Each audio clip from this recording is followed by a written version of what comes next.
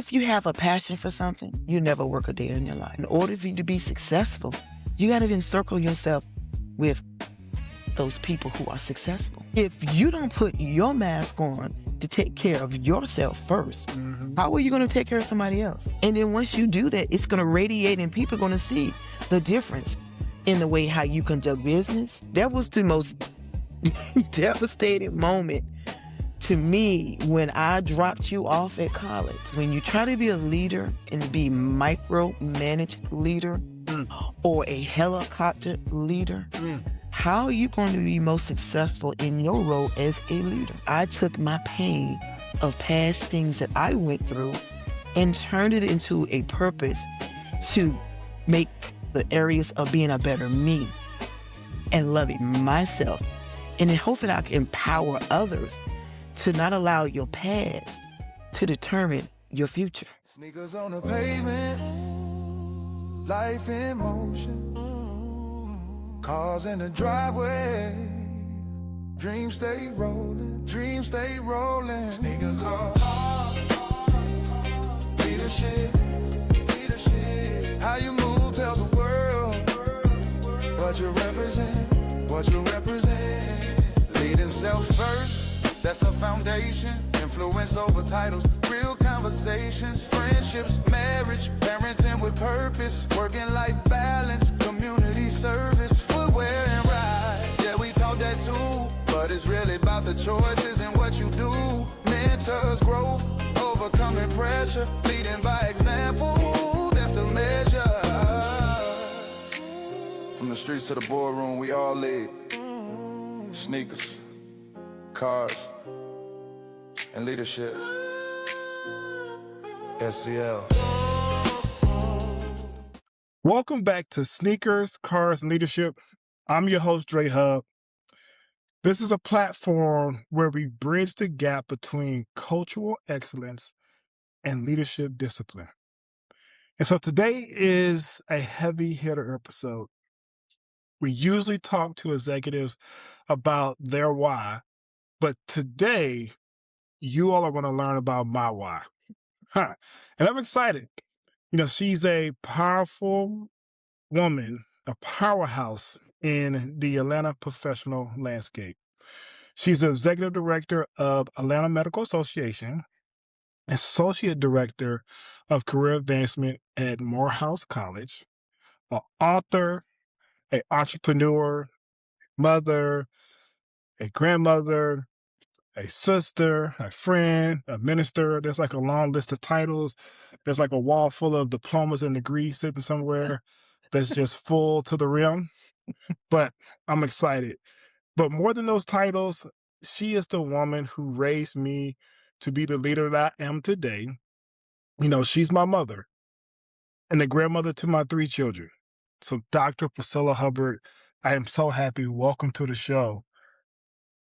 Thank you so much for having me, Andreas. But can I call you Drae? Sure, you can call me Drae. Yes. Whatever you want. But I'm so excited for you to be on your show. But I was wondering when you told me you were going to start a podcast, I was like, oh, I wonder if he's going to ever ask his mom to be on the show. And when you asked me, I was truly honored. Yeah. So I'm very excited to be on your show today. I'm most of all honored because I'm very proud of you and who you are and the man you've become to be. Definitely without a doubt. So well, I'm glad I got you on here. There's other people I'm trying to get on here. I want to point their elbows, but you know, hopefully I'll get on here one day. So I appreciate you taking the time. So before we jump in into just the meat and then also some 2 big questions that I ask everyone. Okay. What you tell the people about yourself? Well, you gave a little overview beforehand about who I am and what I do and the things I do here in the Atlanta community. But most of all, my greatest reward is being a mother to you and my 3 beautiful grandchildren. And Tissue. and you can't leave out the 2 granddogs, Brother Lucky and Sister Georgia. Yeah. But I'm very proud and very honored to be who I am. And I didn't get here by myself. I had a village to get to their place with my mom and my dad, who is no longer with us, as you know. And then all other people who very important in my life. But I love what I do and being in this community as long as I have in the Atlanta community, working very closely with the Atlanta Medical Association, which is one of the largest African American association, which is the local chapter of the National Medical Association. And I love being in there as well as at the prestigious Morehouse College. So that's a little bit about who I am, some of the things that I do. But, again, I say my greatest reward is being mom. Yeah. And I know you left out a lot. Probably need a whole 3-hour documentary, 2 parts, like the old tapes they used to have back in the day. But before we jump in, I do want to ask the question. So we're going to talk about kicks of the day. So it could be heels, shoes, sneakers, all of that. I know you're not into sneakers as heavily. You probably got 1 pair out of all the 1,000 pair of shoes. I got a few. Heels you got. And then we'll just talk about as far as the ride. So I'll go first. Okay. So for me, because I'm with the woman who showed me fashion and showed me style, I have these Gucci loafers. They're Ooh. the Jordan loafers, and I think every executive should have these. Like, these are the go-to shoes. Takes a while to break them in, just like any Italian leather. True. But they're comfortable. So, and then also keep them in the sleeve to make sure they stay nice and dust free. So those are the shoes that I am going with. And as far as the ride, it's a car that we used to have. It was a 2022 BMW X7. It was white with the cognac interior. I know you remember that car. Yes, I do. We had to get rid of it. Didn't have enough leg room because the kids got older in the back, second and third row. But I like that car. That car was powerful. It was fast. It was comfortable. It was roomy in certain times. Wasn't a road trip car, but I really like that truck. And, I think growing up, you were the one who told me about a BMW stands for Black Man Working.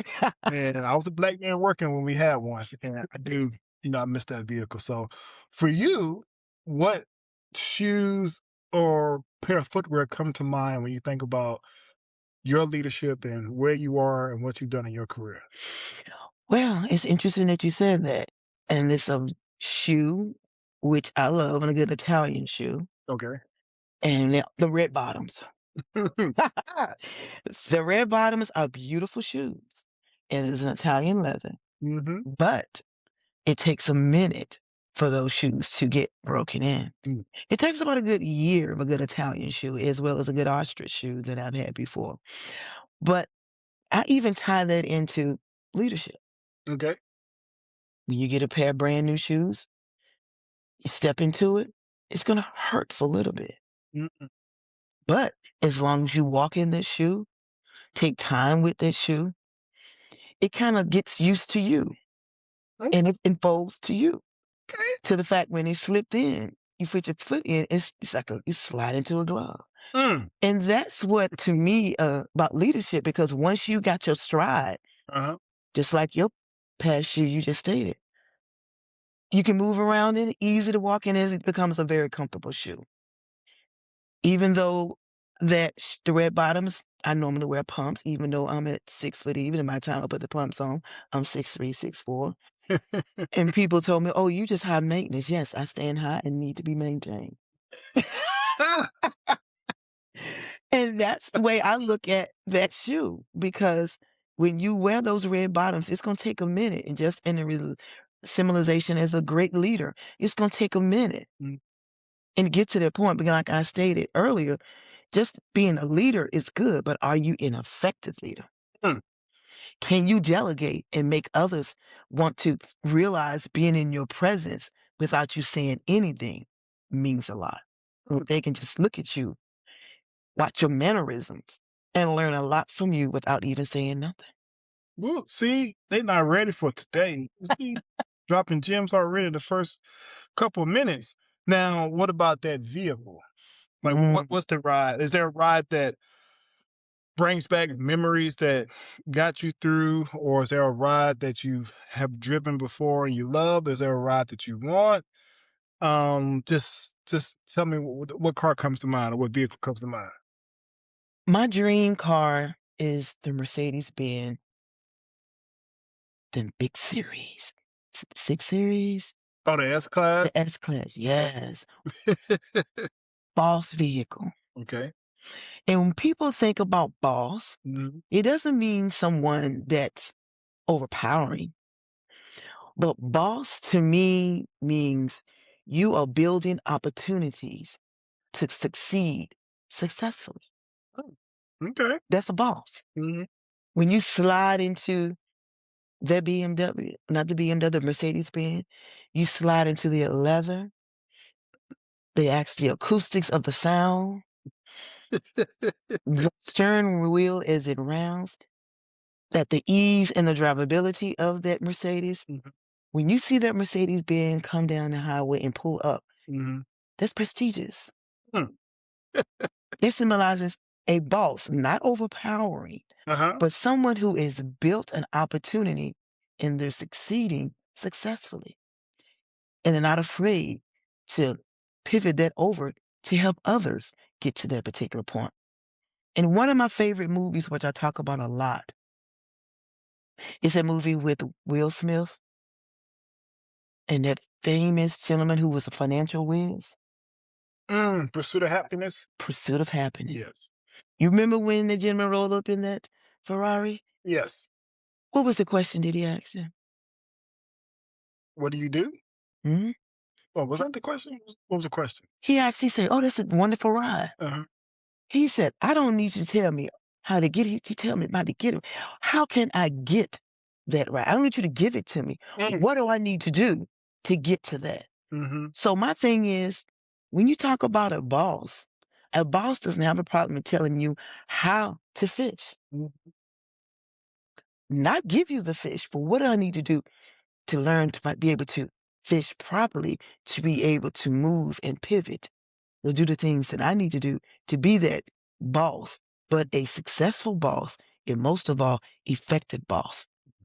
That's what that Mercedes-Benz of this series familiarize myself with. That's what I love. Yeah. There's always that saying, you teach a man how to fish, he'll feed himself for a lifetime. So, That is correct. yeah. So we'll dive right in. Now, in the space that you are with AMA, so Medical Association, and there are a lot of physicians who have the answers, they've saved lives, they've done research, they've came up with amazing things. Mhm. How do you navigate through that when you got people who have mastered their craft? Like, how do you lead someone who already thinks they have all the answers? Interesting question. Being in the capacity that I am as the chief executive officer slash executive director, working with physicians, different specialties, each and every specialty has a different type of mannerism. And I've been able to hone my craft with that. To the fact that when you come into that particular realm and working with that classification of physicians, they have learned to respect me and I've learned to respect their craft.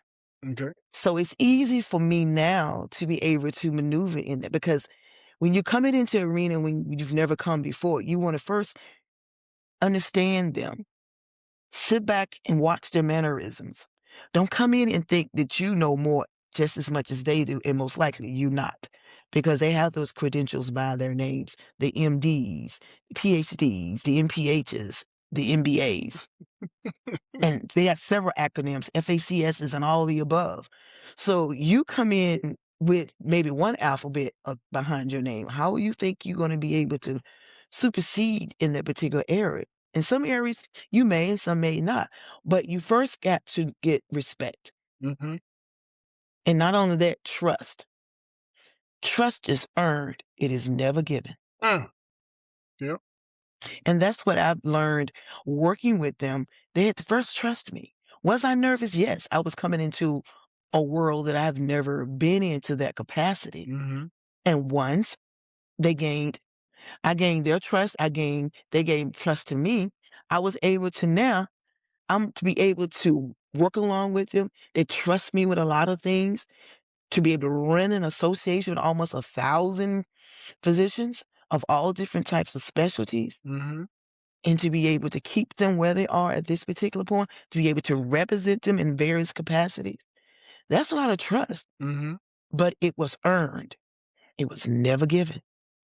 So I tell people who, if you're trying to go into an arena that you've never gone before of that magnitude and working along with executive C-suite such as yourself, you got to go in learning how they move, how they come into the room, how they present themselves, and come in as a sponge, learning things of attributes that you can maybe utilize within your walk of life Hmm. and allow them to be a mentor and learn from them in a way of an attribute that they can help you maybe get to that level where they're trying to get, like pretty much like pursuit of happiness. Don't give me the fish, but teach me how to fish. Someone approach you, Mr. Hubbard, how did you get to that point? I don't want you to give the position. What do I need to do to get to that level? And when they do that, they'll appreciate it more. Yeah, I like it. Now, well, as we're on that topic and theme of being a student, as you're helping young men at Morehouse Mm-hmm. pivot into their careers, come out of college, like what's the difference between a student that wants a job Mm-hmm. versus a student that wants to lead? I tell them all the time, if you have a passion for something, you never work a day in your life.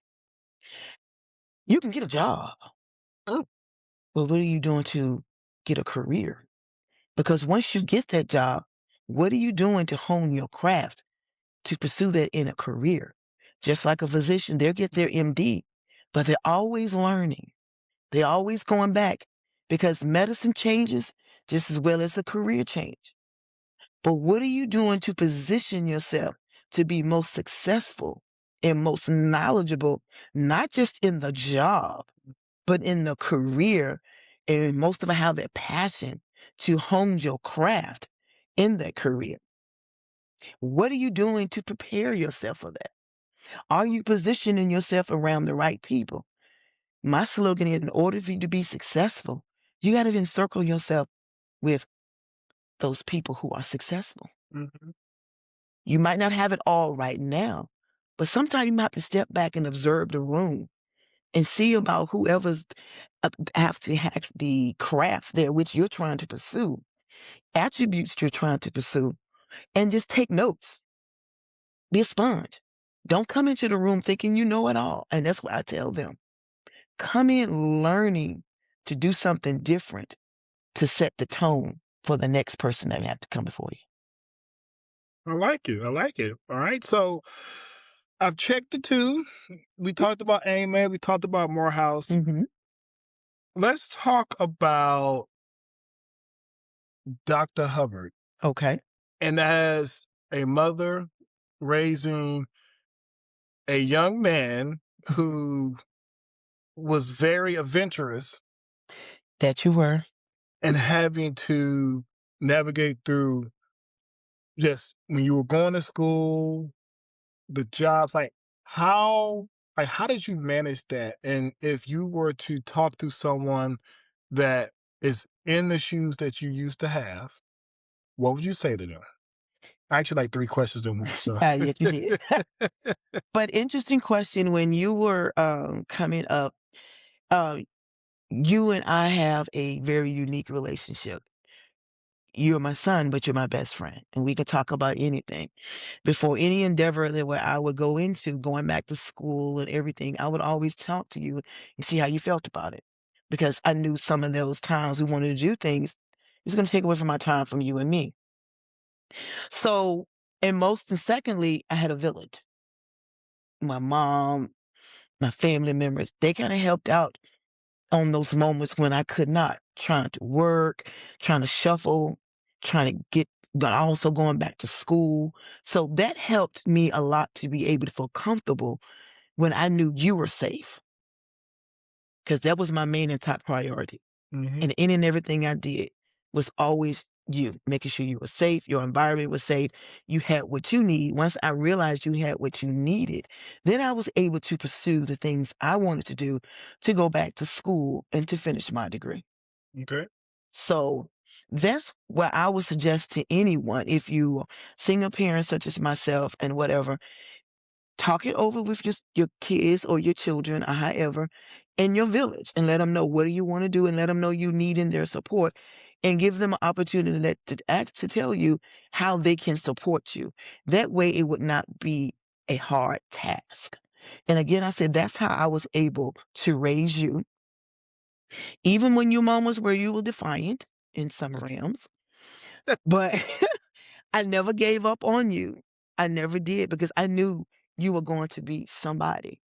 I knew I needed to make sure I did all I needed to do as a parent to expose you to various things, culturalize you, place you in the present of the things I knew that you were going to eventually be exposed to because I knew education was most important because that's something no one could ever take away from you. Putting you in the best schools that I could possibly do and all of the above because I knew that was instilled in me and I also wanted to instill that in you. And in that, I would assume that you were very tired. So much drained out of you because there's only so much time in a day. Correct. How did you navigate through the drain that you were feeling, but still showing up as a mother? And I ask that because I think as leaders, Hmm. you get drained, but you still got to show up for the people that you're leading, for the team that you're leading. So how do you merge both of those? What are some, I guess, some recommendations, advice for people who might be doing both or one or the other? And that's a great question too as well. I learned from your wife, my daughter-in-law, because I always was pouring into everybody, but did not have no one to pour into me. So glass is half full or not. But then I learned how to say no, and it felt okay. You have to learn as a leader to say no, step back, take time for yourself. I now learn once a month, I take a it's all about me.com day. What does that mean? I take You can't watch the kids. Yeah. 'Cause I'm gonna take some time for me, whether and it's nothing wrong with doing a staycation. Mhm. Even, Atlanta is Atlanta, and it's something always going on in Atlanta. Beautiful hotels and all of the above. But sometimes you just gotta step away and take time for you. Step away, don't answer a phone, don't check an email, don't get on social media. Take time to regroup and refresh. Do things that make you feel good and relax. If it's reading a book, go and land on a beach, or whatever you got to do.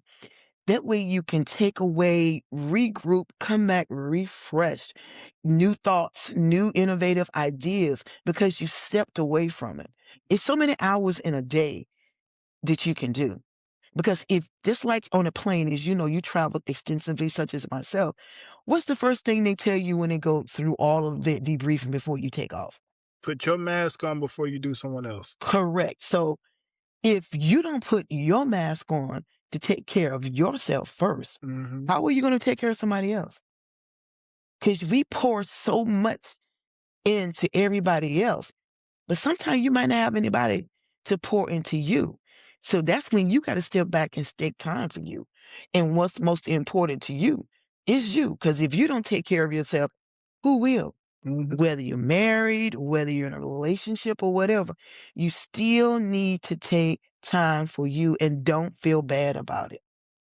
Mm. Love on yourself. Make yourself feel good. And then once you do that, it's going to radiate and people are going to see the difference in the way how you conduct business. How do you have conversation with your colleagues? And people will want to be around you to say, well, all the things you have going on in your life, you still come to work, smile, and you never ever let them see you sweat.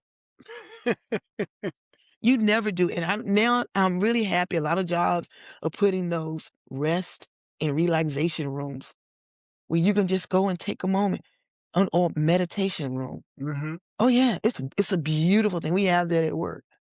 You just want to put headphones on. I love jazz. I love the water and just take a moment to just step back and reset. Mm. Step back and reset. Yeah, that's one thing that I took from you was the staycation. So at least once a year, Mm-hmm. I will get away for a weekend, and it's really to reflect on the past year Mm-hmm. and then try to sit down and be in the moment and hear from God on what he wants from me in the coming year. Mm. And it's good. Like, it's That good it to is. go to be a tourist. Yeah. Like, I grew up in Atlanta for 30 plus years outside of college, worked here, my career's here. Mhm. But I'll go downtown and be a tourist. I'll go to Midtown, you go to different places, and you'll find that, wait a minute, this has been here all this time. Mm. Or there's a new restaurant, there's something new. Oh, yes. But I will do that. And I tell people, like, do the staycation, Yes. get away, spend some time with yourself. Oh, Because yeah. if you don't like yourself, then you won't like anyone. That is so true. Even some of my single friends, and they were like, "You go out by yourself?" Yes. "You go to dinner by yourself sometime?" Yes. "You go with?" Yes. "I need to entertain myself. I need to eat." And there's nothing wrong with that. You don't need a group of people to do certain things. And I like what you said earlier. Sit back, reflect, spend time with yourself, meditate on the word, and allow God to speak to you in a way that you can't hear with all the other noises going on through your lives, whether it's work, family, this and that, or whatever. And you feel so much better when you do take that time away. Yeah.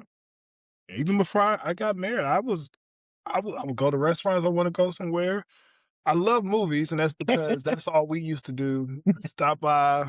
People might not remember Blockbuster. Yes. What was the one rental place? It was like red color. I can't remember. It was off. Red box. Not Red Box, but it was a place that we used to. It was a um, a movie rental place. You can Mm-hmm. go check out the tapes and everything. It wasn't Blockbuster, but it was another one. It was big. It was a nice sized building off of, like, going towards Riverdale. Mm. Oh my gosh, and we used to go there. But anyway, but I remember being happy to go and excited to go get the movies. Then Redbox came out, they ship them to your house. Mm-hmm.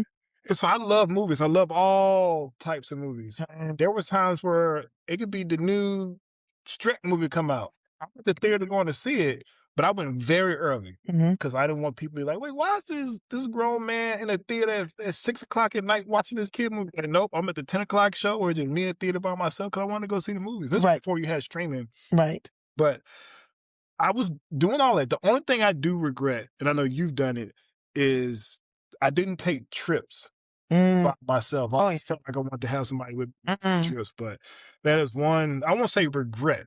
I try not to use, and I don't want to use the word regretted anything. Mm-hmm. But I wish I had did that Mm. when It's beautiful. I was by myself, because probably could have saw a lot of parts of the world that I'm seeing now. Right. So as we dive into parenting and that conflict piece of it, in parenting, they call it the talk. Like, we got to have that talk. Mm-hmm. So how did you learn to communicate with me? Mm. And this is some advice for the parents. It's like, in a way that built trust, but not fear.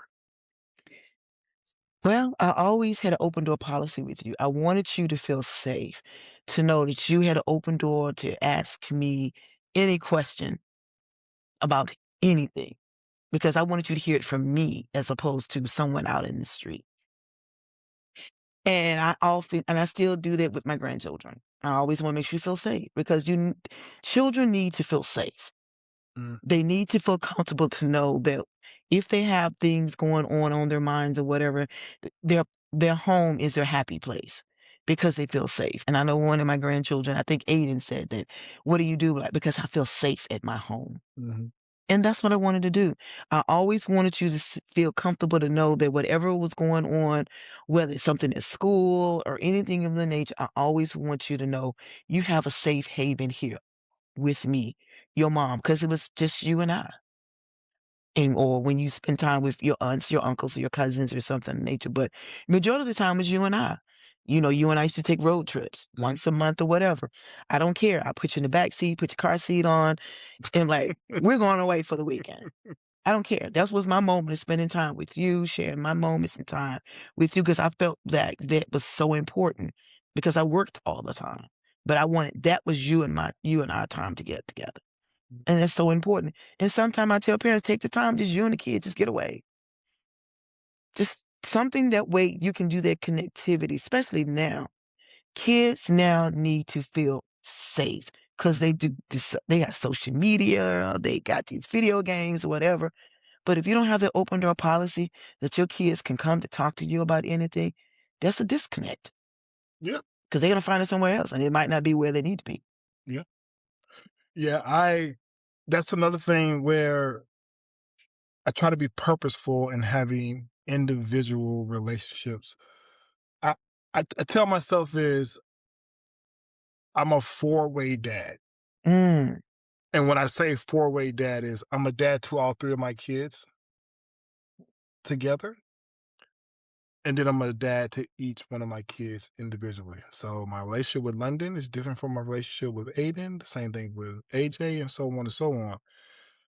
And that's kind of, I'll call myself a four-way dad. mm-hmm, Now, I will say I'm probably adding a fifth way, and that fifth way is as my boys, because they're like, 18 months, 2 years close, they're getting older.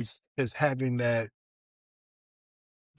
male figure to them to collectively Mm, to build their bonds and the friendships with themselves. And so, but that is that individual time that I'm spending with each one of the kids because they're all different. they are. They have different thoughts, different loves. One is sensitive, one is not. One is very headstrong. I don't know where she got that from. Probably from you. So, Leave my little London alone. That's my boo. but yeah, that's one of the things. But I got that we're spending that individual time where you get to learn your kid. Now, as a rising parent, I'll say rising parent of adult children, how do you manage staying in that relationship when you think about, because you're still leading, Mm-hmm, because you still have been places that I have not been. mm-hmm. How do you still lead in that way, given that you have a kid that's in their 40s? Your kids are grown. Yeah. So, but how does that change? How do you do it? And more so, when did you realize, like, okay, I have to lead differently? I still have to lead. I still have to be a parent, but I Mm-hmm. have to lead differently because, he's an adult. One, first and foremost, because I respect who you are and you respect me as your mom. At the end of the day, no matter what, I'm going to always be your mom and you're going to always be my son. So I respect the capacity of who you are, what you do, how you manage your home, how you be the husband to your wife and, to the dad to your children. So I got to respect you for that. So why would I come to you and speak to you way where you were a few years ago to now you're grown. You have your own family, you have your own lives, you manage several other people on your job, you're involved in so many other organization things of that nature. So I have to respect you and respect the role that you carry now than as before. And I think that's how we get along even more so now because you respect the capacity of who I am and the role that I carry in that regards. But at the end of the day, I'm still mom. Mm. And I know when you really want to have a conversation with me, oh, mommy, that's right. Then you drop back and get into that mommy stage. But at the end of the day, we respect each other. You do not go and overpower me with certain things. You always ask. So in that regards, that's a moment, that's a respect. Most of all, we trust each other. I trust you with my life. I really do. I trust you even more so because like I said earlier, I'm single, not married. So you're basically my covering. And to that regard, so I have to trust you because if they were married, you want to trust your covering to make sure they're going to be there and support you and going to give you the best advice that they can. So that's how I look at you now. Because I see you in a different way because you're in a different capacity, a different space now. Hmm. And I guess what was the moment? What was the point that it shifted where you realized that? Because I remember you told me, and I would have those flashbacks where it's like it was that moment like, yeah, I can't whoop you anymore because you just too big, so I got to find a different way to discipline you. Was it? I'm just curious, like what was that light bulb that went off? Okay, cool. I have to shift the type of parent I am to this adult son, to this adult kid. I think when you turned 16 and you was going to go off to college, and it was very difficult for me because it's always been you and I. And I didn't get emotional when I sent you off to, pre-K, kindergarten, all the other. But when I realized I had to let you go to college and you said, Mom, you got to let me go. You got to let me go and utilize everything you have taught me. And I got to learn along this path.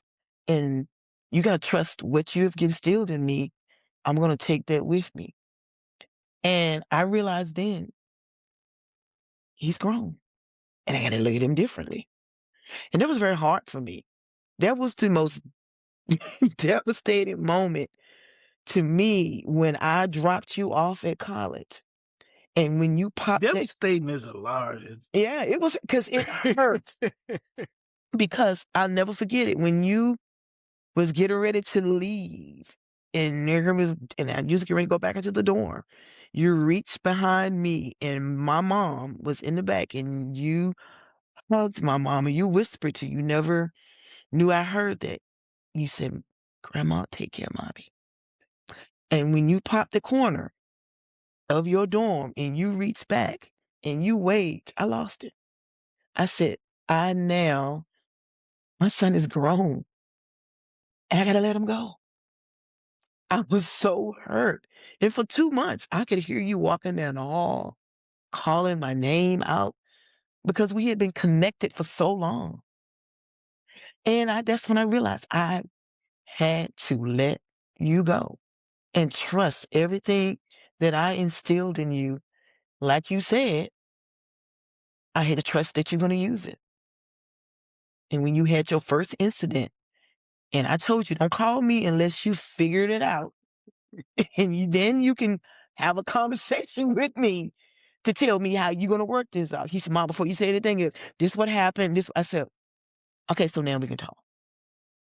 There was another moment I knew you were grown.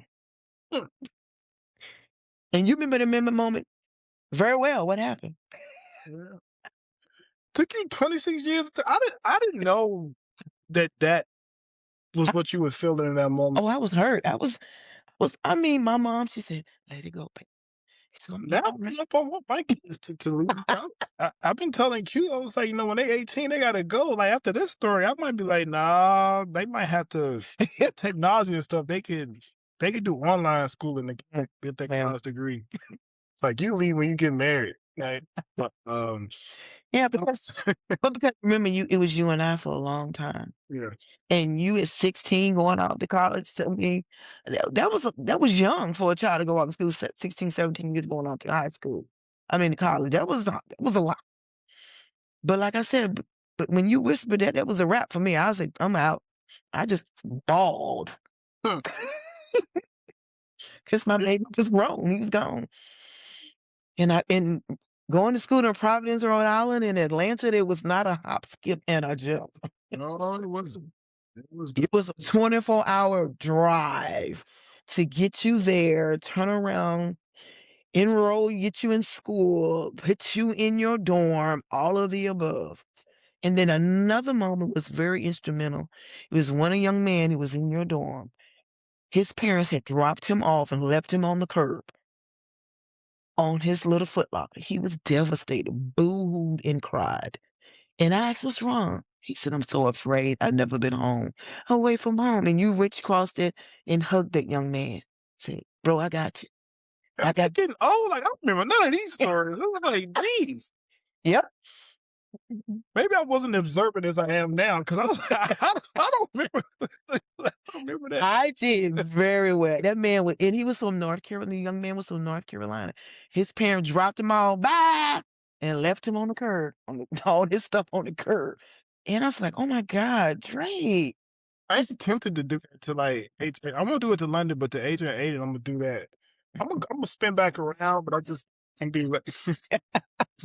No, you're not gonna do that to my grandchildren. I'm gonna come back around though. Mm. Let's see. I'm just gonna let them sweat for a little bit. But yeah, and you embraced that young man and took him under your wing and told him, "Bro, I got you. I got you." Hey, I don't remember that. I tell you, I had to go to the doctor and figure out what's going on. So before we wrap, I do want to ask the reverse piece because it's this thing you see on social media now. It's these memes and these gifs and it's these different reels and stories around how you parent your parents. Because it's almost like your parents are now in the reverse and they like acting like kids. I won't say they're acting like toddlers, but they're acting like teenagers. In college years. And so as you think about Papa, you think about Grandma, maybe you want to throw in siblings, but I would just say more of Papa and Grandma. Like, what advice would you give to people who are parenting their parents? I'm not saying I'm parenting you. Sometimes you think you, I keep bringing it back to remember, hey, yeah. I mean, sometimes you act like you in junior high. I was being cute, like, look, better get your mama. She's like, that's your mama. But no, that's interesting because before your grandfather passed away, yeah, we had some moments, and I had to check Dad. I'm like, okay, Dad, what's up? What's up? Let me get you. And he was like, and he'll reel me in. You know I'm your dad. I'm like, I understand that, but remember, you need me to do some things you need to do. So in order for me to do this, I need you to do this. Okay. So when he got to that, and yeah, because in the word you tell adult, adult once and your child twice. But I had to be patient. Hey, that's in the word? Yeah, you're adult once. Look that one up. And you would say, cute, the Bible scholar in this family. So I know she know what that scripture is. I'm gonna look that up. No, keep talking. I'm gonna look that up. Yeah, but you just have to just be patient with them.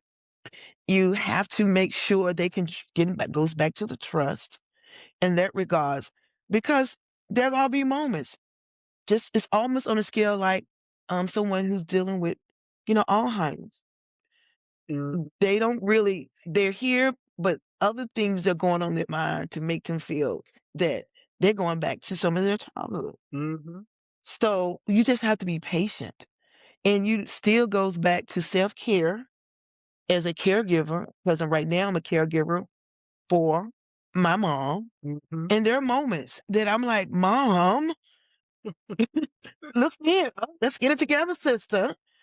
And then she said, I'm still the mother. And I'm saying, yeah, but then at the end of the day, I still respect her. And most of all, she trusts me. In that regard. It's still trust. Yeah. Yeah, I want to take my one scripture I did find was John 21:18. This is the English Standard Version. Truly, truly, I say to you, when you were young, you used to dress yourself and walk wherever you wanted. But when you were old, you would stretch out your hands and another would dress you and carry you where you do not want to go. So that's what's happening with when you're parenting your parents, that they don't want to do what you say. They don't want to go where you want to go. Yeah, because you think it's the right thing to do, but they might not feel like that today. Yeah. I might not feel like that today. And then you feel like, yes, you do. Not necessarily. And so you got to be gentle with them. And end of the day, they have to know that they can trust you enough to know that you will lead them as per what you just read in a way that they're going to feel safe. Like I said earlier, I trust you with my life. I trust you. You're going to help me make certain decisions, and you will not tell me nothing that's going to hurt or harm me. Yeah. So I would say that probably it's the same thing as you think about leading people. Because when you think about leading multi-generations, you got these generations that probably are older than you that you're leading. You got these generations that are younger than you. And sometimes you do probably, I do feel like that. Some others probably feel like that when you're managing people who are older than you. Hmm. It seems like you're managing a teenager. Um, Hmm. but not sure is that the rebellion piece because, this person is younger. Hmm. And so that's one thing I try to make sure too as I get older and potentially could have a leader who is younger than me is making sure that I could not be that rebellious teenage child. Yeah. But, yeah. Um, so with that, we'll kind of wrap this up because we could talk all day, all day. And you know it. And so what would you say that you want to leave with the people before we close out? And then if you want to add more about your book. I would say back to the conversation I spoke about earlier. If you are going to be a leader, work toward being an effective leader, Mm, not afraid to delegate. Because when you put certain people in certain positions, you have to feel comfortable enough to know that they can do what they're hired to do. Because when you try to be a leader and to be micromanaged leader mm, or a helicopter leader, mm, how are you going to be most successful in your role as a leader? You got to trust them enough to know that they're going to lead you in the right way, and they're going to trust enough to know that they might come to you with different ideas. It might not be a situation maybe you like, but you can be in a situation, you can be to the fact that you can trust them enough to know that whatever they decide to say or whatever they have an idea to do in that regards, you can know, okay, mhm, you can, to the fact, you can agree to disagree. mm, And don't just knock down someone's ideas. That's a great idea. Let's see if we can reframe it in another way, including what you want to incorporate, but also the other ideas of others. And let's see what we come up with. Almost like a melting pot. You put it all in it together. And then you're all going to most likely get to the same common goal. But you got to get a chance to get in everybody else's idea as well. So the others feel like they too have a part in the decision-making process. mm. I like it. I like it. So your book, Yes. what's the name of the book again? Where can people get it? It's called Removing the Mask from Pain to Purpose. It is actually on Amazon. It is in hardback as well as paperback. And then I'm also in the process of getting ready to do my courses. They'll be available either I can customize the course to whatever needs of a client, or I can also do speaking engagements if so desired, and I can customize the speaking engagement to whatever needs of the audience as well. So the book is a transformational book. Again, I say how I took my pain of past things that I went through and turned it into a purpose to make to the areas of being a better me and loving myself.